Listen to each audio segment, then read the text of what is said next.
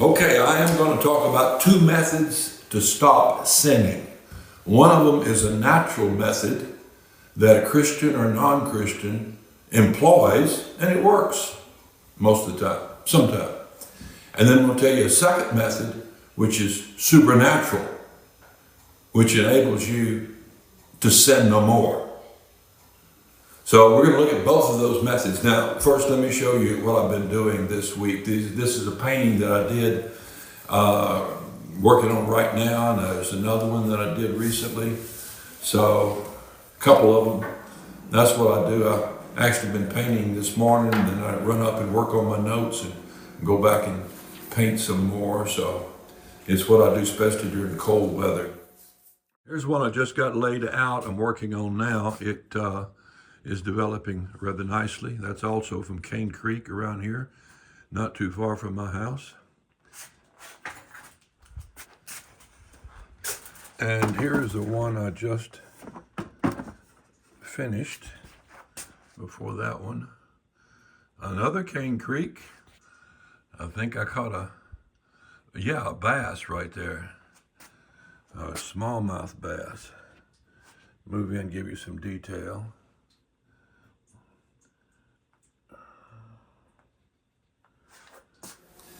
Before we talk about the two methods to stop sinning, first we're going to establish the fact that sin is a universal problem. All have sinned and come short of the glory of God, says in Romans 6:23. That all means every single one of us, without exception. If you've ever felt guilt, you've sinned. If you've ever felt guilt, you've sinned. If you've ever tried to do something because you knew it was the right thing to do, and you fail to do it, then you sinned. Now Ecclesiastes 7:20 says, "For there's not a just man upon earth that doeth good, and sinneth not." That's a big statement. Not a just man. No pope, no preacher, no mama, no grandma, no one upon the face of the earth. Now, there's people that don't fornicate, lie, cheat, steal, smoke, or overeat.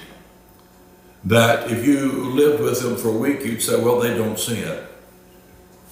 But when you consider the heart and the sins of omission, the things we don't do, the selfishness in our life, the pride, the self-pity, all the different emotions that we have that are self-advancing, then you find out we're all sinners.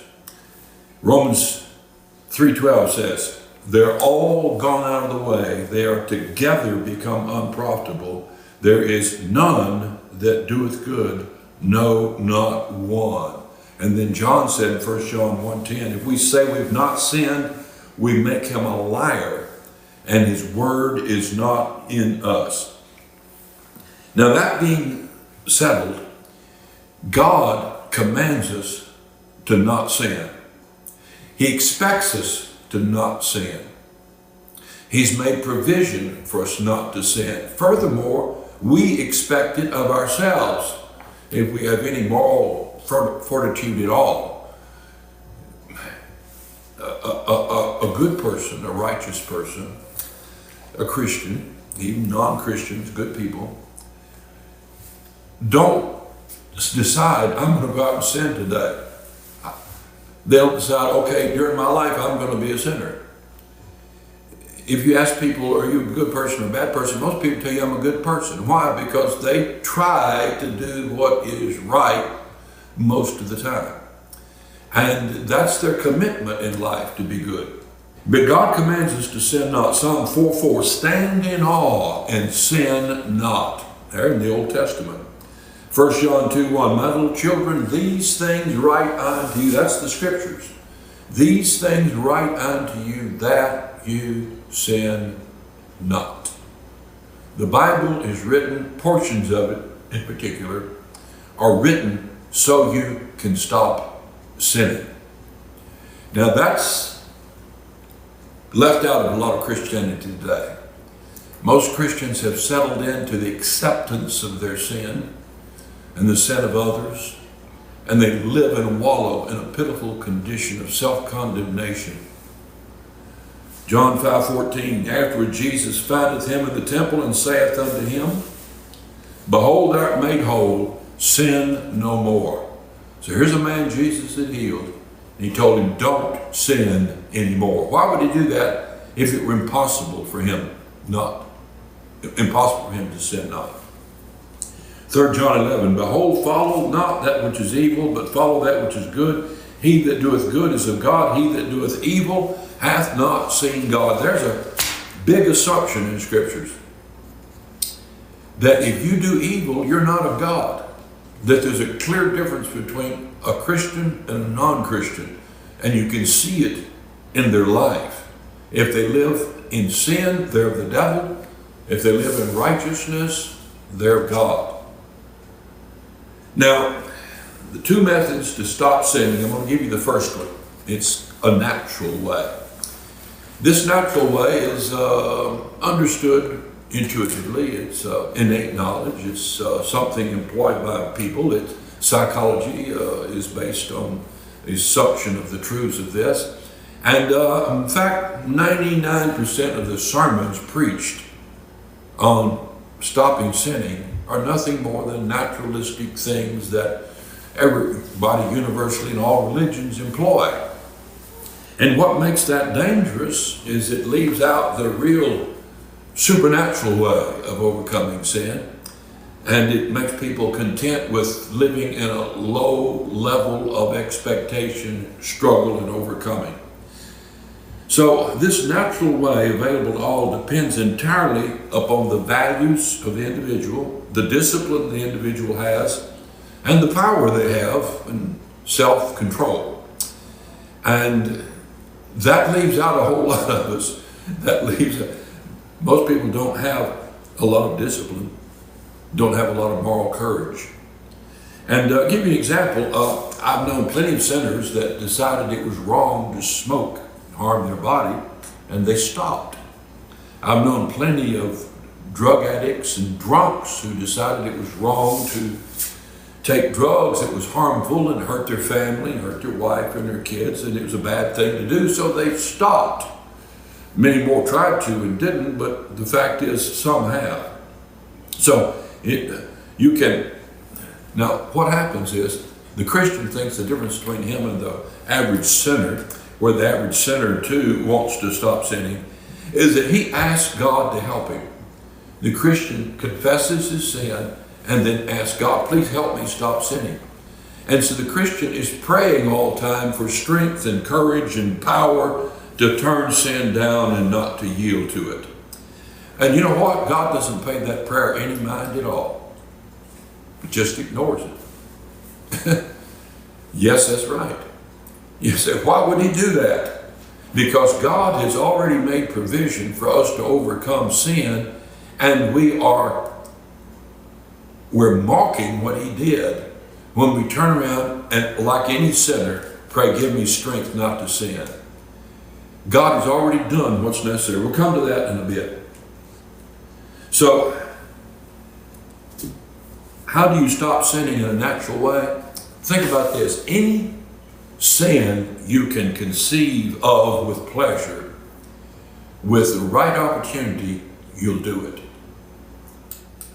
That's why TV, movies slowly erode your moral values and cause you a little here, a little there to take pleasure in things that you know you shouldn't do, but they're doing it. Seems to be fun, looks pleasurable. And especially when people get into pornography, things they never conceived of. Men who are straight down the line get into pornography, and the pornographers slip in a little homosexuality. And first thing you know, they're looking at gay porn and taking pleasure in it. That man, put in prison, put in the right situation, where there's no wife overseeing him, where there's no church, no family, will commit sodomy and enjoy it, because in his heart and mind, he's already enjoyed it. Same thing is true of all other aspects of sin. If you can conceive of it with pleasure, Jesus said you committed it already in your heart. you're already down the road to sin. So one of the natural ways to stop sinning is to stop exposing yourself to things that erode your moral perspective. Stop thinking in terms of sin. Stop imagining sin. Stop taking pleasure in sin. Discipline your mind. Everybody knows that. That's not supernatural. Now, the Bible commends these natural means. Before we go into the supernatural, I'm going to show you that the Bible does commend natural means, because the supernatural employs the natural. The supernatural is a mixture of God's power and your will. The supernatural is a mixture of what God has done for you and to you, and what you do in response to it. So the supernatural is never done without you. It's done through you. We'll come to that. But God commends the natural means to overcome sin. Look at this, 2 Timothy 2:22. Flee youthful lust. You can pray, God, I've got this terrible lust on me. Take it away. I just want to go back and get a drink. I just want to smoke this pot. I just want to take these drugs. I just want to eat this food. I just want to look at this pornography. I just want to commit adultery. It's a powerful lust on me. God, please help me. He's ignoring that prayer. God, please stop this from happening. Stop me from sinning. He's ignoring that prayer. He's already told you what to do in the natural if you want to do something. He said, what? Flee youthful lust. You know what that means? That means get up and run. That means turn your computer off, get rid of it if necessary. That means leave the place where you're being tempted. That means don't go down to the bar where there's drinks and drugs going on. Don't associate with the people that are going to be a source of temptation. Flee. That's your job. Flee. Till you flee, nothing God can do for you.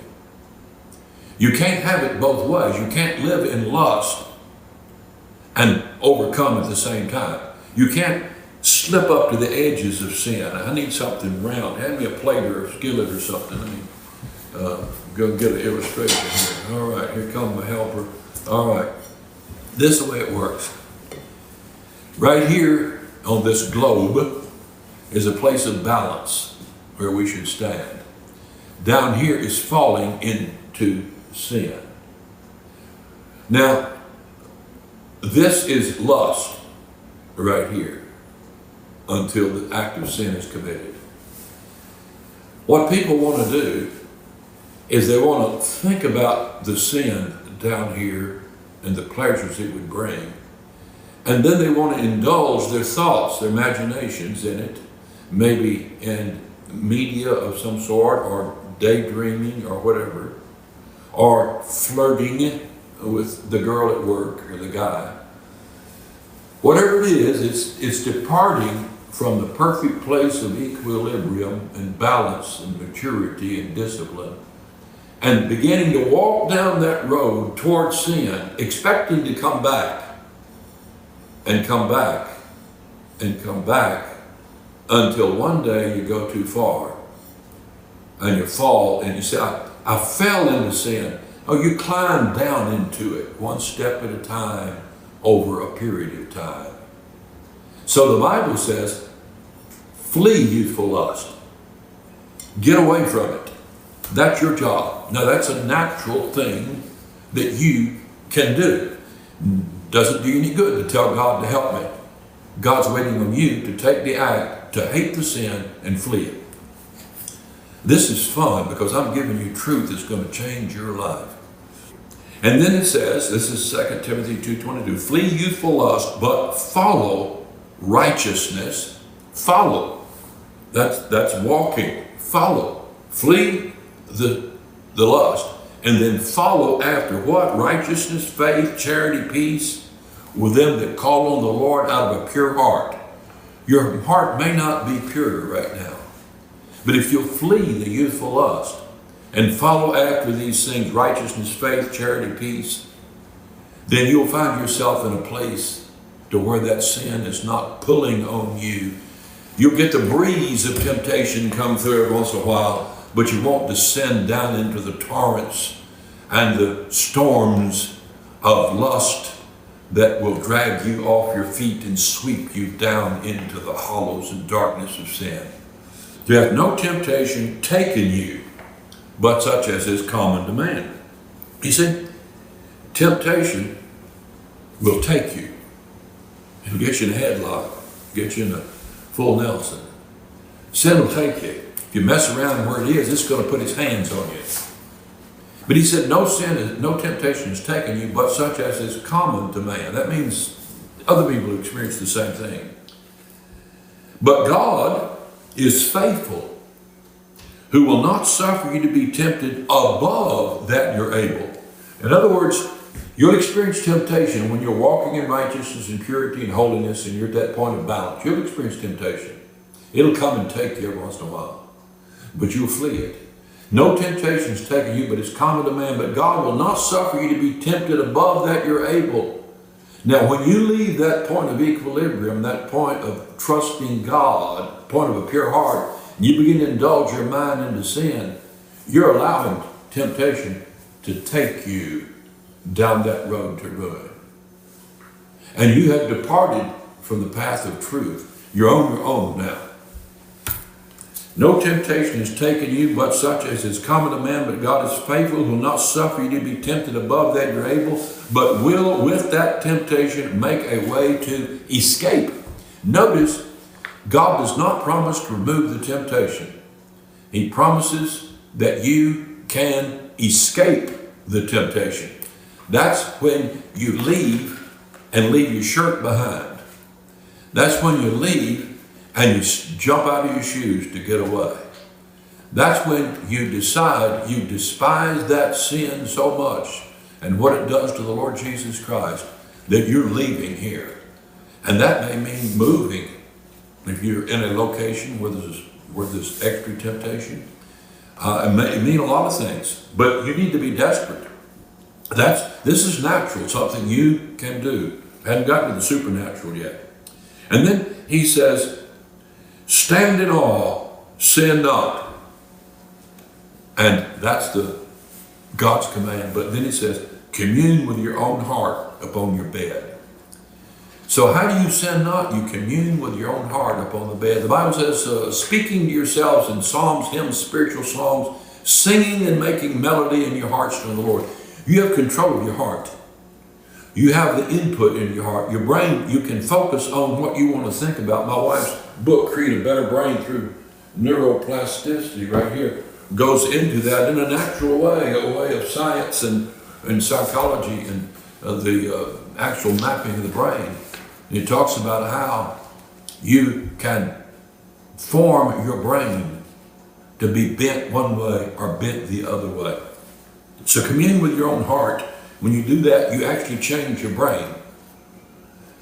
And be still. 2 Peter 2:14 says they have eyes full of adultery. That's where adultery starts. It starts in the eyes. That they cannot cease from sin, beguiling unstable souls as they have exercised with covetous practices. You see, you sin because you exercise yourself to sin. Like we said here, you exercise yourself to sin. You move toward that sin so you can feel the hot breath of sin and take a little pleasure and then move back to central position. You buy that food you shouldn't eat and you leave it in the house.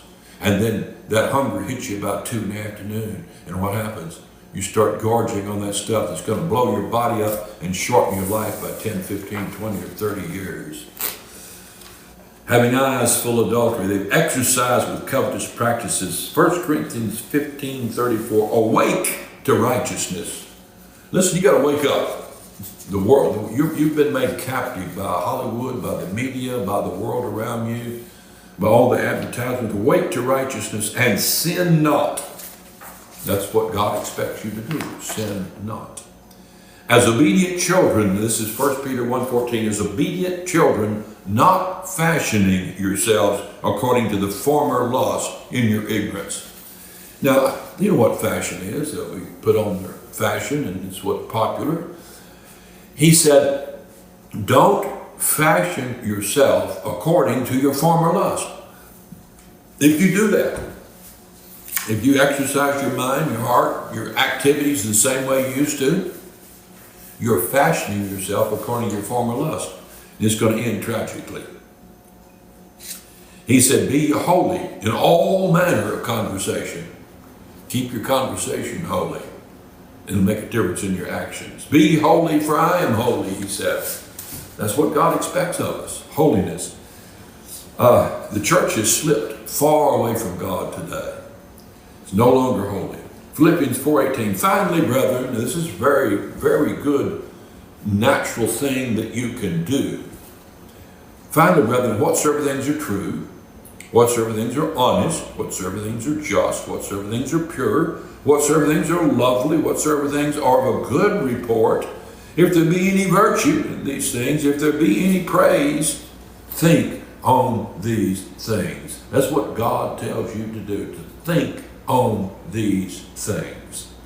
If you've been living a long time now and yielding to sin and polluting your mind with garbage and destruction and stuff, you need to get two books. You need to get my wife's book here. You need to get my Romans commentary where I go into that. I also got free online Romans teaching verse by verse that Adam put right up there where they can get that. Set your heart and your soul to seek the Lord. Aim it, set it. That's your job. Proverbs 23:7, as he thinketh in his heart, so is he. So what you think is what you are. Deuteronomy 32:46, and he said unto them, set your hearts unto all the words which I testify unto you. So our best efforts will be limitedly effective. In other words, all these things, a sinner could do all that I've told you to do so far. A sinner could take that and put it into practice, and many of them do. And they live better lives than a lot of Christians I know. So it's within your power to sin not. If it's true that it's impossible for a human to stop sinning, then how in the world could God command us to and hold us accountable when we don't? He expects us to. Universally, no one has. Everyone's sinned and come short of the glory of God. But there's a way made, and we could avail ourselves of it. It just testifies to the utter depravity of the human race, self-appointed depravity, that we don't stop sinning. So our best efforts will be effective only in a limited way, but not satisfactory to God and not satisfactory to ourselves. You know that. You're not satisfied. You know you failed. You know you know there's another way. You've talked to God. You've said, help me out. He's not done it. You've been left your own devices, but you failed to exercise the devices God has given you to overcome sin. Now, there's another way. There's a way that God has given to the Christian, and I've gone too long. So I'm going to stop here, and we will give the supernatural way to overcome sin, which is perfectly 100% effective. And you will be delivered from all your sin. In the meantime, if you want to get my Romans commentaries free online, is that right, Adam? Yes. Okay, right there, get it and download it, and look, especially when you get to well, go through the whole thing, because where it gets how to overcome sin gets in chapters 6 and 7 and 8 in particular, but you won't understand it if you don't get 3, 4, and 5 and there before that. So look at that carefully. And so I'm going to stop now because I've gone a lot longer than you can usually tolerate. So see you next time.